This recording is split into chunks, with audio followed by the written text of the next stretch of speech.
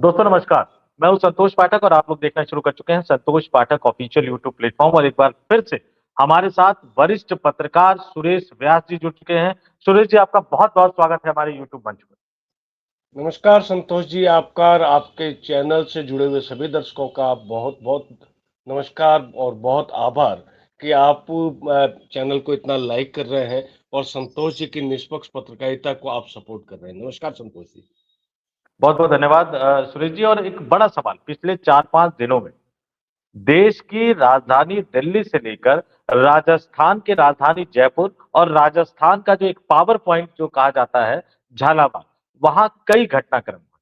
और एक बड़ा सवाल जो उठ रहा है, जो मेरे मन में एक बड़ा सवाल उठा कि जो काम राजनाथ सिंह नहीं कर पाए, जो काम नरेंद्र मोदी नहीं कर पाए, जो काम अमित शाह नहीं कर पाए, जो काम जेपी नड्डा नहीं कर पाए, क्या वो काम नितिन नवीन ने कर दिया? और ये सवाल क्यों उठ रहा है? क्या राजस्थान की पूर्व मुख्यमंत्री, भारतीय जनता पार्टी की वर्तमान राष्ट्रीय उपाध्यक्ष वसुंधरा राजे सिंधिया के राजनीतिक करियर का द एंड हो गया है, या असली खेला अभी बाकी है? इस सवाल का जवाब जानने के लिए हम सुरेश जी के साथ जुड़े हैं। और मैं पिछले कुछ दिनों का घटनाक्रम बता देता हूँ, बड़े ध्यान से सुनिएगा।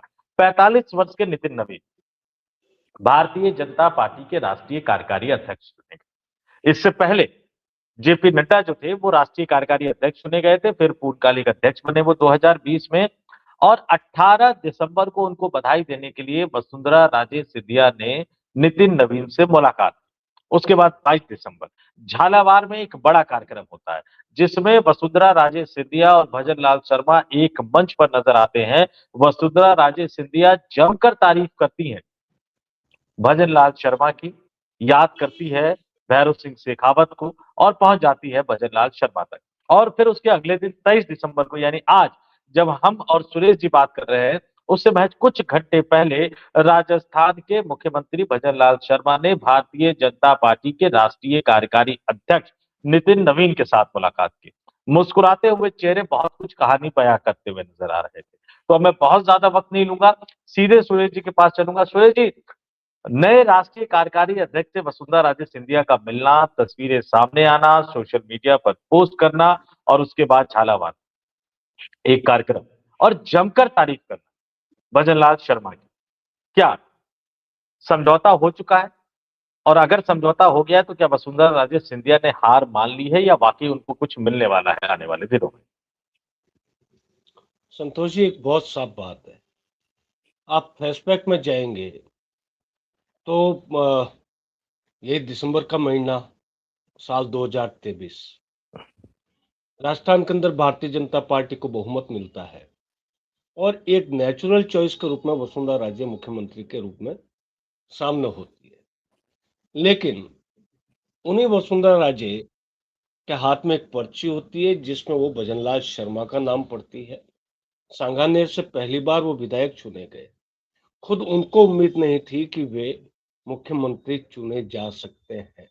लेकिन चूंकि आपने भी बात की कल के कार्यक्रम की, वसुंधरा राजे ने तारीफ की और भजनलाल शर्मा के कार्यों की सराहना की। एक चीज बहुत साफ है, राजनीति में जो होता है वो दिखता नहीं है, जो दिखता है वो होता नहीं है। वसुंधरा राजे ने ही भजनलाल शर्मा के नाम का प्रस्ताव विधायक दल की बैठक में किया था और भजनलाल शर्मा मुख्यमंत्री चुने गए। न भजनलाल शर्मा की कभी वसुंधरा राजे ने आलोचना की और न भजनलाल शर्मा ने वसुंधरा राजे की कभी आलोचना की। भजनलाल शर्मा ने जहां जहां उनको मौका मिला है, यह साबित करने की कोशिश की है कि वसुंधरा राजे उनकी मार्गदर्शक है। ये मार्गदर्शक शब्द जो है, इसको मैं इन्वर्टेड करना चाह रहा हूँ। उनको जब भी मौका मिला तो उन्होंने ये साबित करने की कोशिश की कि वसुंधरा राजे उनकी मार्गदर्शक है। उसका एक बहुत साफ कारण है कि चूंकि कई सवाल उठ रहे हैं वसुंधरा राजे के कैरियर को लेके 2023 के बाद में, जब उनको मुख्यमंत्री नहीं चुना गया तो वो एक तरीके से बिहाइंड द कर्टेन अपना काम करती रही। और उसके बाद में 2025 में जब से वो सक्रिय हुई है, तब से धड़कनें दिलों की, जो उनके विरोधी हैं उनका धड़कनें उनकी बढ़ना लाजिमी है। कारण कि वसुंधरा राजे राजस्थान की आज की तारीख में भारतीय जनता पार्टी में, मैं अगर ये कहूं कि एकमात्र करिश्माई नेता है तो शायद अतिशयोक्ति नहीं हो। कारण कि जिस कार्यक्रम की आप चर्चा कर रहे हैं, झालावाड़ के डग में ये कार्यक्रम था, महिला सशक्तिकरण का कार्यक्रम था, उसमें वसुंधरा राजे और भजनलाल दोनों एक मंच पे थे। लेकिन वसुंधरा राजे ने जिस तरीके से भजनलाल शर्मा की तारीफ की है, तो मैं फिर वापस अपनी बात को दोहरा रहा हूँ कि राजनीति में जो होता है वो दिखता नहीं है, और जो दिखता है वो होता नहीं है। सुरेश इसमें जी, आपने कोई जो दो राय झालावाड़, नहीं है। मैं थोड़ा सा झालावाड़ का बयान का दर्शकों को बता देता हूं कि झालावाड़ में जो कार्यक्रम हुआ उसकी 4 तस्वीरें बाकायदा वसुंधरा राजे सिंधिया के साथ शेयर करते हुए भजनलाल शर्मा ने क्या लिखा, जरा मैं वो दर्शकों को बता देता हूँ, फिर वसुंधरा राजे सिंधिया ने क्या लिखा वो भी बता देता हूँ।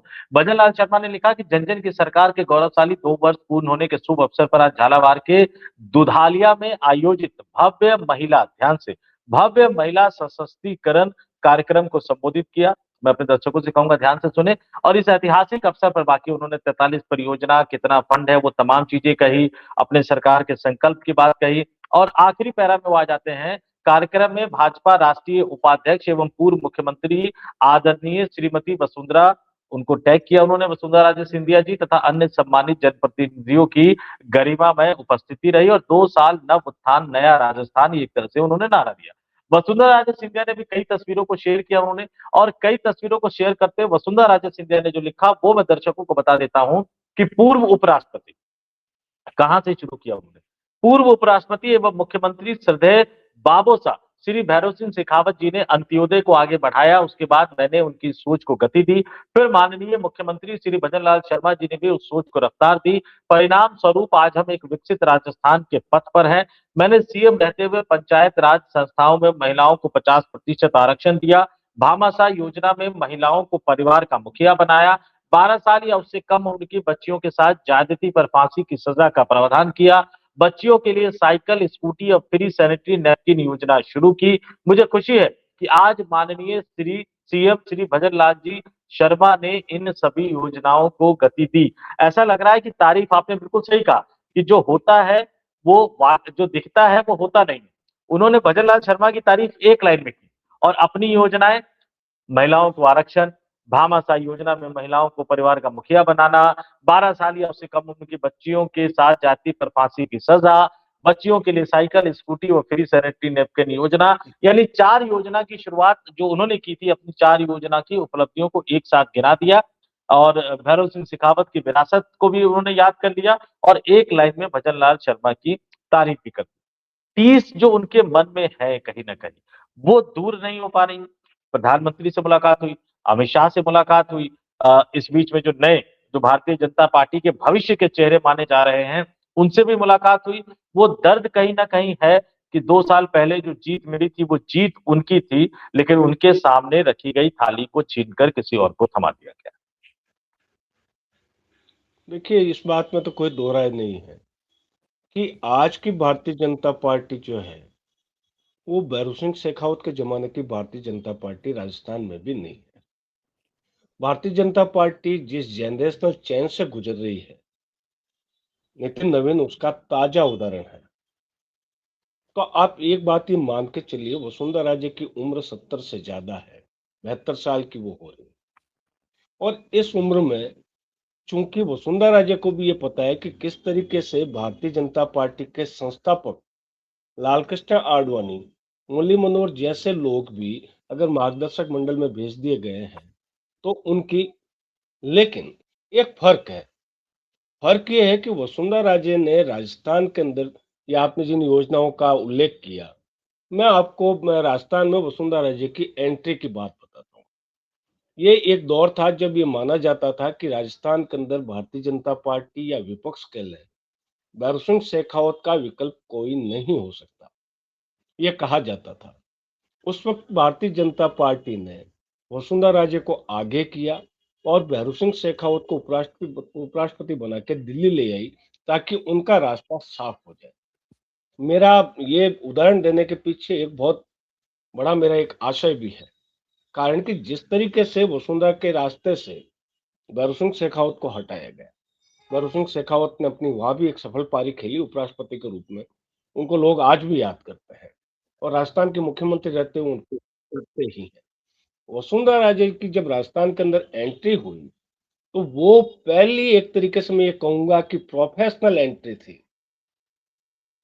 प्रोफेशनल एंट्री इस मायने में कि उन्होंने अपनी राजनीति की शुरुआत राजस्थान के अंदर परिवर्तन यात्रा के जरिए करी। और परिवर्तन यात्रा में वो जिस इलाके में गई, उस इलाके की भाषा, उस इलाके की संस्कृति और उस इलाके का पहनावा और उस इलाके का खान पान, उसको उन्होंने अपनाया। आज अगर वो आदिवासियों के बीच में अगर उदयपुर और मेवाड़ के इलाके में गई, तो वहां पे अगर वो आदिवासी महिलाओं का पहनावा पहन के अगर स्टेज पे जाती है, तो आप मान के चलिए वहां की महिलाएं आकर्षित होंगी और आज भी आकर्षित है। तो ये वसुंधरा राजे का जो वहां पे जो जलवा उस वक्त जो हुआ करता था, जो उन्होंने अपना जमाया, और जो वो मुख्यमंत्री बनी, तब भी उन्होंने महिलाओं की योजनाओं को प्राथमिकता दी उनके 2 टर्म में। आज भी राजस्थान के अंदर महिलाएं जो है वो परिवार की मुखिया हैं।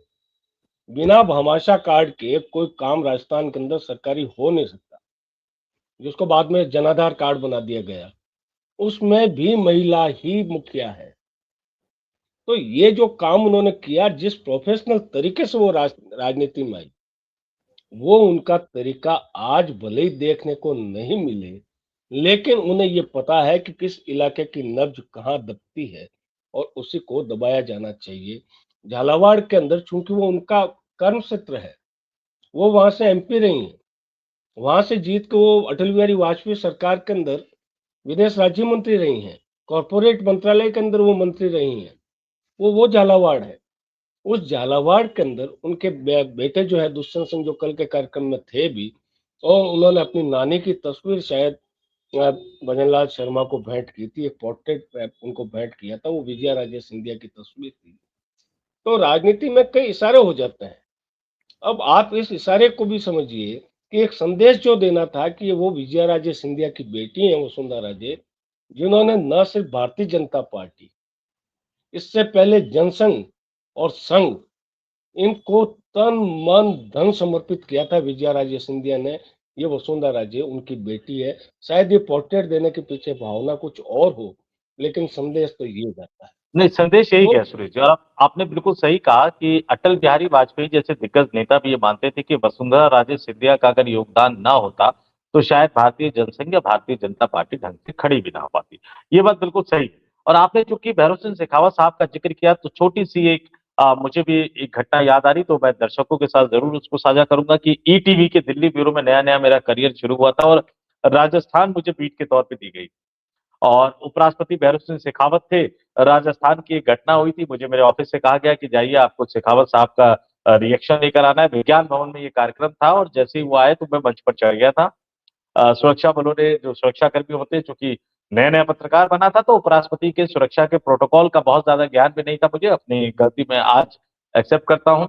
तो उन्होंने कहा कि नहीं नहीं रहने दो। उसके बाद जब कार्यक्रम खत्म हो गया तो उन्होंने मुझे बुलाया और फिर कंधे पर हाथ रखते हुए चलते गए मेरे साथ, और तब उन्होंने सुरक्षा प्रोटोकॉल ये सब समझाया, फिर बताया कि क्यों मिलना चाहते थे। तो मैंने उनको बोला कि मैं टीवी राजस्थान से हूँ, एक रिएक्शन चाहिए। तो उन्होंने कहा कि ठीक है। शाम का उन्होंने वक्त दिया कि आप आवास पे आ जाना। और बाद में जब आवास पर गए तो देखिए, मना करने का क्या ढंग होता है, आप सीधे मना भी कर सकते हैं। लेकिन जब आवास पर गए तो बड़ा अच्छा उन्होंने चाय पिलाई और तमाम चीजें कही, और उसके बाद बोला कि देखो, मैं संवैधानिक पद पर हूँ, उपराष्ट्रपति के पद पर हूँ, और राजस्थान की राजनीति से जुड़ी किसी भी घटना पर अगर मैं प्रतिक्रिया दूं तो उसके कई सारे मतलब और मायने निकल जाएंगे। तो इस कद के राजनेता हुआ करते थे। और आज तो आप पूछ लीजिए तो पहले मना करेंगे, जबरदस्ती पूछेंगे तो हो सकता है कि आपके संपादक को भी फोन मिला दे। तो ये जी, राजनीति एक तरह से बदल गई है सुरेश जी। लेकिन एक बात, मेरे सामने एक लिस्ट है सुरेश जी, ये सवाल क्यों उठ रहा है कि क्या वसुंधरा राजे सिंधिया की राजनीति का द एंड मान लिया जाए। मेरे सामने एक लिस्ट है भारतीय जनता पार्टी के पदाधिकारियों की, बता देता हूँ। राष्ट्रीय उपाध्यक्ष वसुंधरा राजे सिंधिया, सौदान सिंह, बैजयंत जय पांडा, सरोज पांडे जो कि छत्तीसगढ़ से आती है, रेखा वर्मा जो कि उत्तर प्रदेश से, डीके अरुणा, एम चुबा आओ, अब्दुल्ला कुट्टी जो कि केरल से है, लक्ष्मीकांत वाजपेयी जो कि उत्तर प्रदेश से है, सुश्री लता हुसैनी और तारिक मंसूर। मैं बाकी पे नहीं जाता हूँ, सिर्फ राष्ट्रीय उपाध्यक्ष पर रहता हूँ। इन राष्ट्रीय उपाध्यक्षों में बाकी राष्ट्रीय महासचिव भी है, सचिव भी है, प्रवक्ता भी है। 45 साल के एक नए युवा राष्ट्रीय कार्यकारी अध्यक्ष जब राष्ट्रीय अध्यक्ष बन जाएंगे, अनुमोदन हो जाएगा कार्यकारिणी और राष्ट्रीय परिषद का, तो एक युवा टीम बनेगी। जाहिर सी बात है कि उस युवा टीम में 72 वर्षीय वसुंधरा राजे सिंधिया की कोई जगह होगी नहीं। राजस्थान को लेकर समझ में नहीं आ रहा, लेकिन मोटे तौर पर आला कमान की तरफ से आ रहा है कि उन्होंने जिसको सीएम बनाया उसको वो हटाएंगे नहीं। राज्यपाल का ऑफर वसुंधरा राजे सिंधिया पिछले 2 वर्ष में नहीं, मुझे पता है कि 3 साढ़े 3 वर्ष पहले भी एक ऑफर दिया गया था। और जैसा आपने कहा कि वसुंधरा राजे सिंधिया को लाने के लिए भैरव सिंह शेखावत साहब को दिल्ली ले आया गया था। तो इसी तरह से राजस्थान में बदलाव के लिए 2023 के विधानसभा चुनाव से 1 सवा साल पहले वसुंधरा राजे सिंधिया को वहां से हटाने के लिए कहा गया था कि ठीक है, आप राज्यपाल बनकर चले जाइए। लेकिन उन्होंने उस समय भी मना कर दिया। इस समय भी खबर आ रही है कि वो राज्यपाल बनने को तैयार नहीं है। नई टीम में उनको जगह मिलेगी नहीं।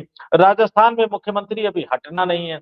तो फिर वसुंधरा राजे सिंधिया को भारतीय जनता पार्टी के न संगठन में जगह मिलेगी, न सरकार में जगह मिलेगी। उपराष्ट्रपति और राष्ट्रपति दोनों के चुनाव 2027 में होने हैं। अगर बनाना होता तो अभी बना देते, जब ये धनखड़ साहब का इस्तीफा हो गया था। राजस्थान से इस्तीफा हुआ था, राजस्थान से ही उपराष्ट्रपति आ जाती। लेकिन ऐसा कुछ हुआ नहीं। तो मैं अब वसुंधरा राजे सिंधिया के जितने समर्थक हैं, उनके लिए एक सवाल कि अब वसुंधरा राजे सिंधिया अपनी राजनीतिक पारी के एक अंतिम मुकाम पर पहुंच गई। अभी ये कहना बहुत जल्दबाजी है। ये कहना भी जल्दबाजी है कि वसुंधरा राजे का राजनीतिक कैरियर खत्म हो गया, और ये कहना भी जल्दबाजी है कि वसुंधरा राजे राज्यपाल बन जाएंगी। कुल मिलाकर एक बात तो जो राजस्थान के अंदर है, भारतीय जनता पार्टी ने दिल्ली में जो भारतीय जनता पार्टी का आला कमान है, उनको भी ये अच्छी तरीके से पता है कि वसुंधरा राजे को साइडलाइन करने के लिए क्या है। वसुंधरा राजे अगर राजस्थान के अंदर सक्रिय नहीं है, तो क्या भजनलाल शर्मा वसुंधरा राजे बन के भारतीय जनता पार्टी को खड़ा रख सकता है? क्या मदन राठौर भारतीय जनता पार्टी को खड़ा रख सकते हैं? या जो अभी अमित शाह की बहुत पसंद के दो नेता जो उभर रहे हैं राजस्थान से, सतीश पूनिया और राजेंद्र राठौड़, क्या उनका ऑरा ऐसा है कि वो वसुंधरा राजे की जगह ले सकते हैं? ये भारतीय जनता पार्टी का आलाकमान भी अच्छे तरीके से जानता है, क्योंकि बहुत पिन पॉइंट सवाल है आपका कि क्या वसुंधरा राजे का राजनीतिक भविष्य खत्म हो गया या खत्म होने वाला है। तो ये एक इस तरीके की स्थिति आ गई है भारतीय जनता पार्टी के सामने कि वसुंधरा राजे को अपनाए तो कहाँ अपनाए, और नहीं अपनाए तो क्या नुकसान झेले। इधर कुआं उधर खाई वाली स्थिति हो रही है। कारण कि वसुंधरा राजे का जो जनाधार, वसुंधरा राजे की जो लोकप्रियता, आप अंदाज ये लगाइए कि जो ट्विटर पे फॉलोवर्स हैं, उन फॉलोवर्स की संख्या के आधार पर अगर आप देखें तो मौजूदा मुख्यमंत्री तो आसपास ही नहीं है। यहाँ राजस्थान के अंदर उप मुख्यमंत्री हैं दिया कुमारी, उनके फॉलोवर्स भी शायद मुख्यमंत्री से ज्यादा है भजनलाल शर्मा से। और ये सोशल मीडिया का दौर है, यहाँ नैरेटिव बनते हैं और यहाँ नैरेटिव बिगड़ते हैं। तो आज सोशल मीडिया पे भी वसुंधरा राजे और जनाधार आपने देखा ही है। मैं आपको एक बहुत उदाहरण बताता हूँ को किस तरीके से कार्यकर्ता को प्रमोट करती है वसुंधरा राजे। कल के कार्यक्रम की बता रहा हूँ मैं। जोधपुर के रहने वाले एक युवा नेता हैं, उनको भारतीय जनता पार्टी ने अभी झालावाड़ का प्रभारी बना दिया, और कल वो झालावाड़ में अपनी पहली बैठक के दौरान गए थे। इस कार्यक्रम में मंच पे मौजूद थे। तो वसुंधरा राजे ने अपना भाषण जब शुरू किया कि मंच पे कौन कौन है, तो उस युवा कार्यकर्ता का नाम लिया और उनको कहा कि आप खड़े हो जाइए। पब्लिक को यह कहा कि इनको देख लीजिए, इनसे आपका काम अब पढ़ना है। तो इस तरीके की लॉन्चिंग वो अपने कार्यकर्ता की करते हैं, तो वो कार्यकर्ता कैसे वसुंधरा राजे को छोड़ सकते? ये चीज भारतीय जनता पार्टी का आलाकमान भी अच्छे तरीके से जानता है, अमित शाह भी अच्छी तरह जानते हैं, नरेंद्र मोदी भी अच्छी तरीके से जानते हैं। तो कुल मिला के वसुंधरा राजे का जो आपने कहा कि 45 साल के युवा की टीम में उनकी जगह नहीं हो सकती, सभी लोग मान रहे हैं। लेकिन क्या अगर नितिन नवीन 45 साल की उम्र के हैं, तो क्या राष्ट्रीय कार्यकारिणी में भी 45 साल उससे कम की उम्र के लोग होंगे? ये एक बहुत बड़ा सवाल है। ये वही बड़ा सवाल लेकिन है सुरेश जी, जो भारतीय जनता पार्टी के कई दिग्गज नेताओं को डरा रहा है। और ये सिर्फ लेकिन डरा नहीं रहा है। अगर ये स्थिति है, अगर ये स्थिति है, तो फिर भारतीय जनता पार्टी की स्थिति क्या होगी? इसकी कल्पना भी ऐसा करने वाले लोग समझ सकते हैं। तो मैं इस चीज को मानने को तैयार नहीं हूं, क्योंकि वसुंधरा राजे के पॉलिटिकल कैरियर की बात है, तो अभी उनका कैरियर खत्म हो गया ये कहना भी जल्दबाजी है। राज्यपाल वो बनेंगे नहीं। तो एक बात तो बहुत साफ है कि अमित शाह और नरेंद्र मोदी शायद तय कर चुके हैं कि उनको क्या इस तरीके का सम्मानजनक पद दिया जाए कि सांप भी मर जाए और लाठी भी नहीं टूटे। नहीं, ये एक बात और है सुरेश जी, एक बात और है, जी आपने बिल्कुल सही कहा कि कुछ न कुछ तो देना पड़ेगा। और मार्गदर्शक मंडल की जब बात आती है, आज तो स्थापित हो गया, लेकिन मार्गदर्शक मंडल का जिक्र आते ही लालकृष्ण आडवाणी का जिक्र आता है। लालकृष्ण आडवाणी और वसुंधरा राजे सिंधिया में एक महीन अंतर है, एक बेसिक अंतर है, जो बहुत जी सारे दर्शकों को मालूम नहीं होगा, लेकिन मैं बता देता हूँ। राम मंदिर आंदोलन के रथ पर सवार होने के बावजूद जब लालकृष्ण आडवाणी के सामने नई दिल्ली लोकसभा क्षेत्र से कांग्रेस पार्टी ने राजेश खन्ना को खड़ा कर दिया था, तो आनन फानन में डर के मारे लालकृष्ण आडवाणी गुजरात भाग गए, 2 सीटों से वो लोकसभा का चुनाव लड़े।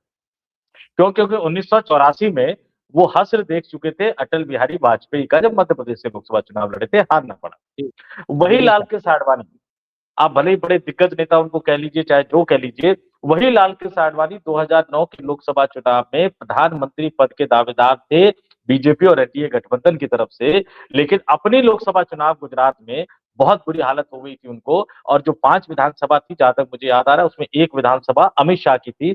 अमित शाह की विधानसभा में जो बढ़त मिली थी, उससे बड़ी मुश्किल से लालकृष्ण आडवाणी चुनाव जीत पाए थे, जबकि वो प्रधानमंत्री पद के उम्मीदवार थे। तो आडवाणी को आपको भेजना संभव था मार्गदर्शक मंडल में, क्योंकि उनकी कमजोरी और ताकत आप समझते थे। वसुंधरा राजे सिंधिया को इस तरह से अलग थलग नहीं किया जा सकता। लेकिन एक बड़ा सवाल, आपने आपने सही कहा कि अभी असली खेला तो भी बाकी है।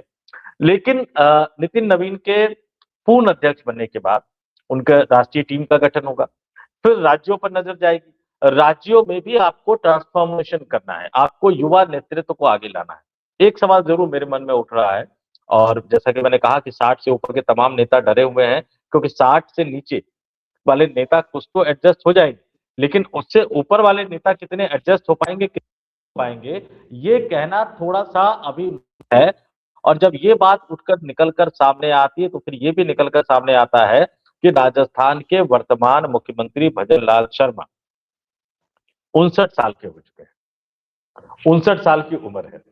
3 साल का कार्यकाल अभी और बचा हुआ है। ये 3 साल का कार्यकाल अगर उनको पूरा करने का मौका मिलेगा तो 62 साल के हो जाएंगे। लेकिन जिन राज्यों में मुख्यमंत्री के चेहरे में बदलाव की बात कही जा रही है, अगर उम्र एक तकाजा होगा, अगर उम्र एक क्राइटेरिया होगा, तो क्या भजनलाल शर्मा भी उसकी चपेट में आएंगे? क्या राजस्थान में भारतीय जनता पार्टी का जो एक पुराना इतिहास, अन्य राज्यों की अगर मैं बात करूं, वो राजस्थान में दोहराया जाएगा? यानी भजनलाल शर्मा अपना टर्म पूरा करने से पहले ही उनको केंद्र की राजनीति में आना पड़ेगा।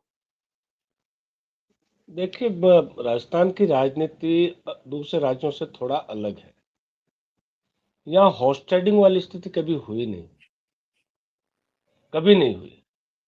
भैरू सिंह शेखावत ने भी बिना बहुमत के सरकार चलाई है, और अशोक गहलोत ने भी थिन मेजोरिटी के साथ में सरकार चलाई है। उनको भी 5-5, 6-6 एमएलए जो है अपने पक्ष में करने पड़े थे।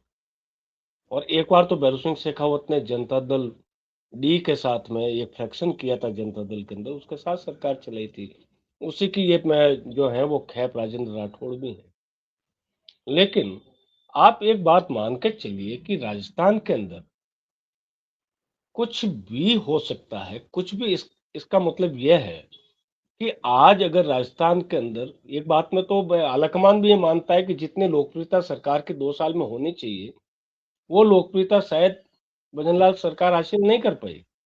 और खुद भारतीय जनता पार्टी के विधायक जो हैं वो खुलेआम कई बार बोल चुके हैं, और ये कहा गया कि नौकरशाही सरकार चला रही। ये जो नैरेटिव है, इसको तोड़ने की कोशिश जरूर की गई चीफ सेक्रेटरी को बदल के, लेकिन ये नैरेटिव आज भी नहीं बदला है कि जिस राजस्थान के अंदर सरकार के 2 साल का जश्न मनाया जाए, और कलेक्टर अपने मातहतों को ये कहे कि जो डीपीआर की तरफ से जो सरकार के बारे में ट्वीट आ रहे हैं 2 साल की बरसात के, उनको आपको रिट्वीट करना अनिवार्य है। तो आप अंदाज लगा सकते हैं कि लोकप्रियता का आलम क्या है। तो राजस्थान के अंदर अगर ऐसी परिस्थिति बनती है कि भजनलाल शर्मा के हाथ से अगर कोई इस तरीके की बहुत ज्यादा कमजोरी साबित होती है, तो फिर भारतीय जनता पार्टी को ढूंढना पड़ेगा वसुंधरा जैसा जैसा कोई मजबूत नेता, और वो मजबूत नेता भी नजर आ नहीं रहा है। और ये बात भी सही है कि चूंकि भजनलाल शर्मा को अमित शाह और पीएम मोदी ने बनाया, तो उनको हटाना भी इतना आसान नहीं है। लेकिन परिस्थिति कब बदल जाए, कब विद्रोह की के स्वर जो है वो सामने आ जाए, कुछ कहा नहीं जा सकता। तो वसुंधरा राजे को मुझे ये लगता है कि ये बहुत अच्छी तरीके से आभास है कि अगर कोई परिस्थिति खुदा ना खास्ता अगर बिगड़ती है राजस्थान के अंदर, तो वो एक विकल्प है अभी। तो इसलिए मैं ये कह रहा हूँ कि कैरियर खत्म होने की बात तो नहीं कह सकते, लेकिन वसुंधरा राजे को अपनी स्थिति का बहुत अच्छे तरीके से अंदाज है।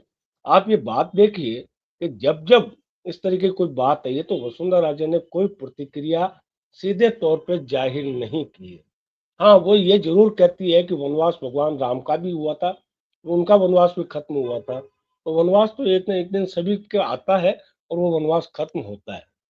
तो और एक बात इस तरीके का बिल्कुल सही, तो सुनील जी बिल्कुल सही आपने कही, क्योंकि जो 5 साल पूरे हो जाएंगे तो 2028 में जो विधानसभा का चुनाव होगा उसके कुछ महीने बाद ही 2029 का लोकसभा चुनाव भी होना है।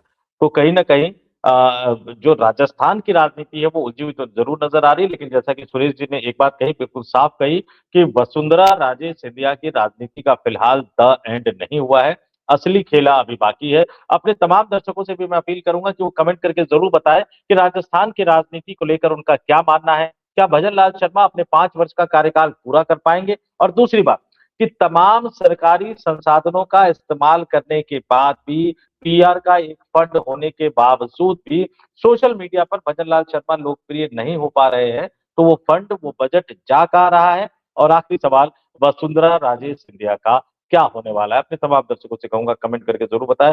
सुरेश जी, आप हमारे साथ जुड़े और इतनी बहुमूल्य जानकारियां हमारे साथ साझा की, उसके लिए बहुत बहुत धन्यवाद, आभार। नमस्कार।